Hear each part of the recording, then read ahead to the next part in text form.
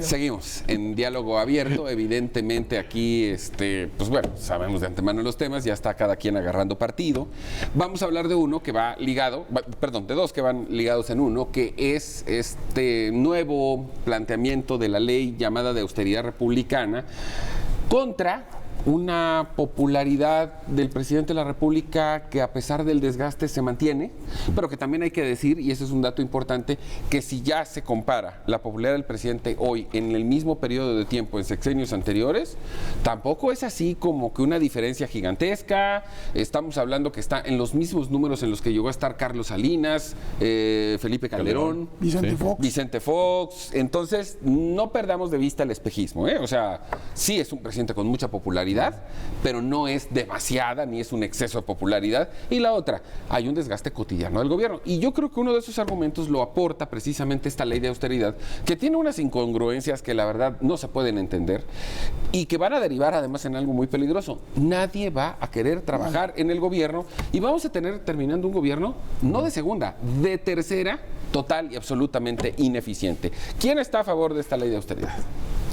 Pues mira, yo estoy a favor de la austeridad. De la austeridad. De esta ley, ¿qué de la ley no, tienes? De la ley no, porque lo que estás haciendo es, estás cancelándole la posibilidad a una administración pública profesional de contar con un órgano profesional, capacitado. ¿Quién va a querer trabajar en el gobierno? No hay un solo país en el mundo.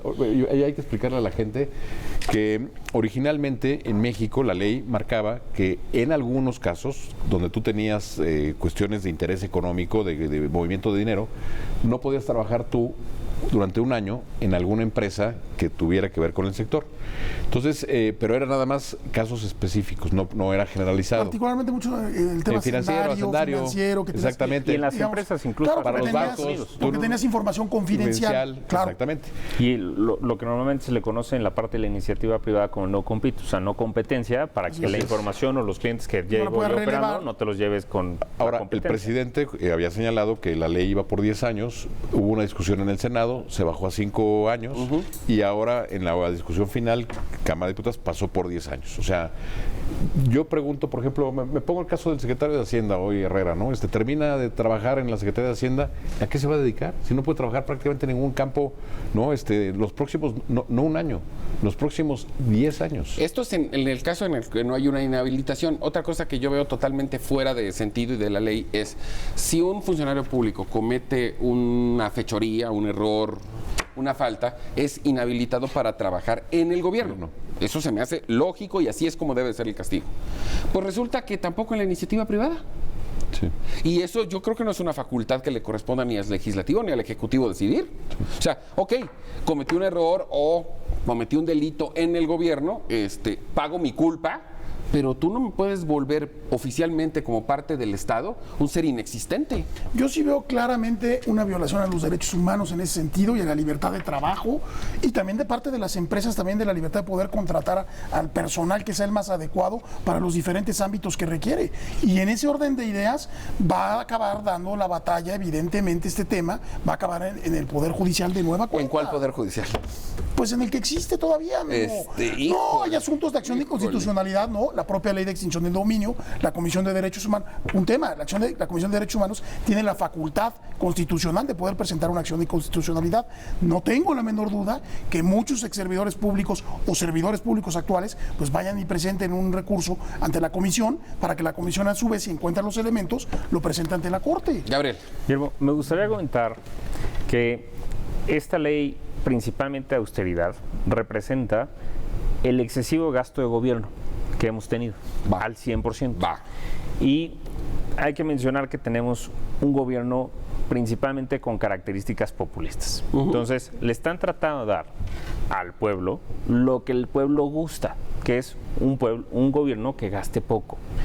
Y en al momento de entrar en una escasez, en dar muy poco, o sea, tengo una llave y la voy reduciendo, pues el agua al vaso que le estaba cayendo, pues cada día va a ser menos y menos y menos. A ver, hay una diferencia entre austeridad y austericidio. A todos nos gusta un gobierno que gasta menos. Así es. Pero no a un grado en que el gobierno no funcione. Ahora, ¿qué es lo que va a pasar? Que esa llave se está cerrando tanto que vas a generar una sequía en el largo plazo. O sea, no lo ni vamos tan largo, a ver, ni tan largo. No lo vamos a ver en los próximos 2-3 meses, en este cierre del año. Pero para el próximo año, la cantidad de gente que va a renunciar al gobierno es espeluznante. O sea, yo no me voy a trabajar en una empresa en la cual no voy a poder trabajar en alguna organización similar los próximos 10 años. Además, si con un sueldo bajo. Claro. Sin seguros, sin prestaciones, sin cuestiones para la FORE. Y que el día de mañana, además, Gabriel, te corren, te despiden. Y ahí te ves, ¿eh? Y no como le puedo pasó a mucha trabajar en gente capacitada del SAT, como le pasó a gente de diferentes dependencias y organismos del gobierno, que de buenas a primeras les dijeron, ahí se ven. Entonces, imagínate. Hay un gran desánimo en la administración pública. ¿Por qué? Porque ya te redujeron el sueldo, te quitaron las prestaciones. Y te digo, tiene que ver eso con el adelgazamiento de este elefante, ¿no? Burocrático. Está bien, perfecto. Pero cuando tú pones medidas tan radicales, drásticas de esta magnitud, lo que generas es un efecto contrario, ¿no? Es un efecto contrario. Y ineficiencia. Al final de cuentas, la obligación primigenia del Estado es prestarle servicios a sus ciudadanos en base a los impuestos que cobran, ¿no? Entonces yo puedo entender que se eviten los gastos superfluos. Creo que no hay nadie en este país que esté en contra de eso. El llamado, la burocracia dorada, estas cosas, ¿no? Pero reducir a tal grado a tu número de personal o los elementos y las herramientas que ese personal necesita para llevar a cabo su trabajo va a terminar en que se le va a prestar o no se le va a prestar un servicio a la sociedad, que ya está pagando por ello. ¿Y eso es a cambio de qué? Porque ese ahorro, en teoría, ¿a dónde se está yendo el dinero? En apoyos directos. Pero con un gobierno que no va a funcionar. Sí, no está siendo eficiente. Y hay que mencionar que la recaudación en México es menor del 15% Sí, en proporción del PIB. Sí. Entonces, la recaudación que tenemos es mínima. La gente que está recaudando al día de hoy impuestos por parte del SAT, pues cada día va siendo menos. Entonces, las herramientas que va teniendo el gobierno para poder enfrentar los problemas futuros, pues se están quedando sin herramientas día a día. Entonces vamos a tener, si no, al día de hoy tenemos un problema de gobernabilidad, en el futuro vamos a tener más problemas de gobernabilidad. De crecimiento y de gobernabilidad. Problemas económicos que no tenemos al día de hoy, y a eso habrá que sumarle una variable muy importante que se llega a mencionar, el costo social. O sea, toda la gente al día de hoy que, ahorita como mencioné, no lo estamos viendo, pero en el futuro, ese costo social, la gente va a estar sumamente resentida con este gobierno. ¿Por qué? Porque ya no voy a poder trabajar en alguna otra institución en los próximos 10 años. ¿Qué voy a tener que hacer? ¿Dedicarme a robar? ¿Dedicarme a hacer marchas? Pues fíjate que... hablando de costos sociales. Hablando de costos sociales, no hay ningún país en el mundo, ni uno solo, o sea, ahí sí no hay ninguno que tenga una ley como la que acaban de poner en México. No hay ni uno solo. Y generalmente... Pero mezcla y combina.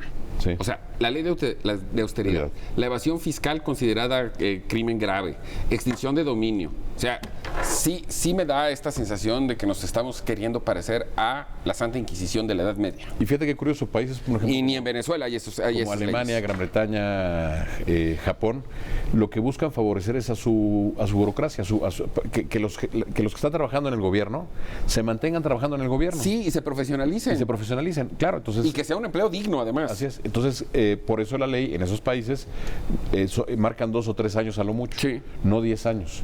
Y aquí, pues imagínate en México, la tradición es que termina un presidente, sale un presidente, cambia gente, mete gente. Los que salgan ahorita, 10 años no van a poder trabajar. Pero además, ¿sabes qué, Jaime? Me parece, además de lo arbitrario, no tiene razón ni sentido, volviendo al tema original de esta discusión, donde señalábamos puntualmente que salvo en casos muy específicos, sector financiero, quizá a lo mejor sector energético puede ser, con relación con seguridad nacional. Sí, pero además quizá ahí sí lo puedes acotar. Y estás hablando del secretario, del subsecretario. Pero además hay un tema, o sea, no claro, todo el personal de la Secretaría. Además, desde luego, yo creo que tendría que acotarse a ciertos sectores, no por 10 años tampoco, quizá 3, 4, pero a 5 años máximo. Y aunado a ello, señalar a partir de qué cargos, como bien dices tú, cargos que tengan una mayor relevancia, que tengan una mayor responsabilidad. Creo que tendría que acotarse en ese sentido. Pero también en largo plazo terminas dañando. O sea, dentro de una organización, dentro de una empresa, al fin y al cabo lo que buscas es crecimiento. Sí. No voy a querer estar en una posición en la cual cual ya llegué a esa posición, voy a durar únicamente el tiempo del sexenio, que son 6 años, y ya después no voy a poder volver a trabajar en una posición similar en 10 años. No, por eso yo decía acotarlo, dependiendo a lo mejor el tema. Y peor aún, porque antiguamente se tenía un seguro de separación individualizado de parte de los servidores públicos, que por lo menos podías hacer un ahorro que tú, como servidor público, de tu salario te iban descontando mensualmente, y otra parte la ponía el gobierno federal, justamente con ese espíritu, para esa idea. Ahora ya no tienes eso. Nada, entonces, no, desapareció. Pues se queda en estado de indefensión, se queda el servidor público pues en la calle. El que se queda, porque esto lo que va a provocar es desincentivar a la gente a querer trabajar en el gobierno, que si ya de por sí en este país ser empleado del gobierno es un tema muy poco reconocido, valorado. Mal visto. Pues muchas veces mal visto. Con estos sueldos y con esta perspectiva, nadie va a querer trabajar en el gobierno. Concluyo, insisto, ¿a qué nos va a llevar eso? Que vamos a terminar con una administración de tercera, con gente sin capacidad y sin experiencia. O peor aún, puedes fomentar la corrupción. No tengas la menor duda. Claro, porque tiene que ser un patrimonio. El que entre a trabajar en esas condiciones. Claro, va a decir, oye, pues me tengo que cumplir con en los próximos 10 años. Va a ver qué se encuentra. Entonces va a ser peor. Por supuesto. Bueno, vamos a un corte. No tardamos nada. Volvemos para el último capítulo, el último bloque de esta emisión sabatina de Diálogo Abierto.